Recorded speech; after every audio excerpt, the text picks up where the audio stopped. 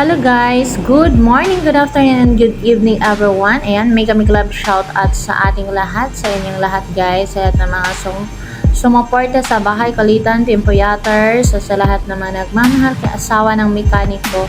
Maraming salamat guys. Ayan, for today's vlog guys, ay sorry at na-premiere ko to kasi gusto ko lang ma-flex din ang araw na ito guys, ang araw ng pagdalaw sa ating mga mahal sa buhay. Anytime naman na pwede natin silang dalawin, pero may araw talaga sila. So yung November 1 and 2, so napaka-special na araw to para sa kanila, para naman makapiling, maalay tayo ng dasal, at mapadasalan natin ang kanilang mga kaluluwa. And kahit maikli lang na oras guys, at least naalala natin sila.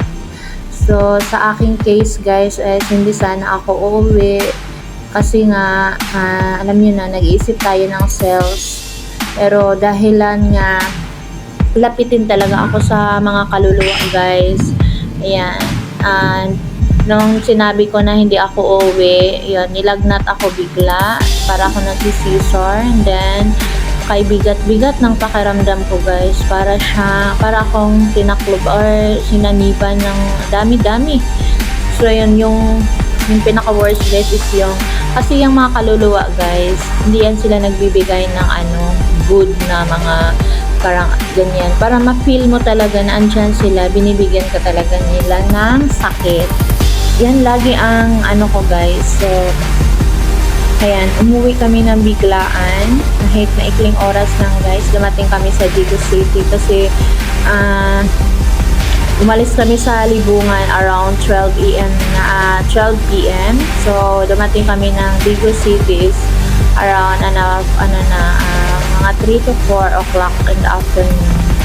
So, yan guys, diretso na kami dito sa cemetery, sa public cemetery. Andyan lahat ng mga lola at lolo ko, mga mama at papa ng mama ko, mga uncle ko. So yung mga hindi ko napuntahan, pumunta na kami sa malaking cruise.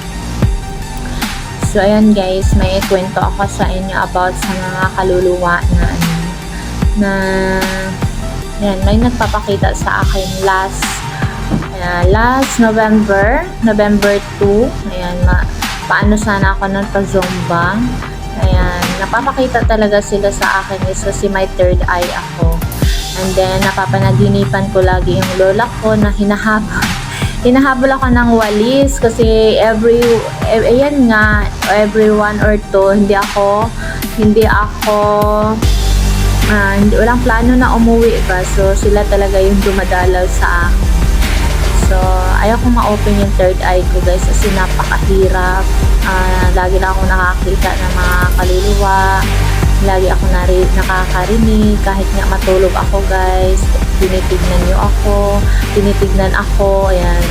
Alam ni Kahibi yan. Talagang magigising ako. Kahit malayo na tinititigan ako, alam ko yan.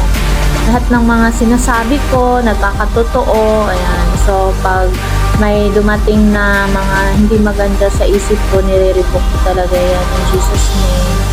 Napakahirap na may third eye guys. So today nga na hindi sana ako uuwi na dumating na naman yung bisita na nagparamdam talaga na need talaga na uuwi ako. So yan, for today's video guys, sorry na-premiere ko to. Gusto ko lang sana ipaalam sa lahat na maalala natin ang ating mga mahal sa buhay kahit malayo, paalayan natin sila ng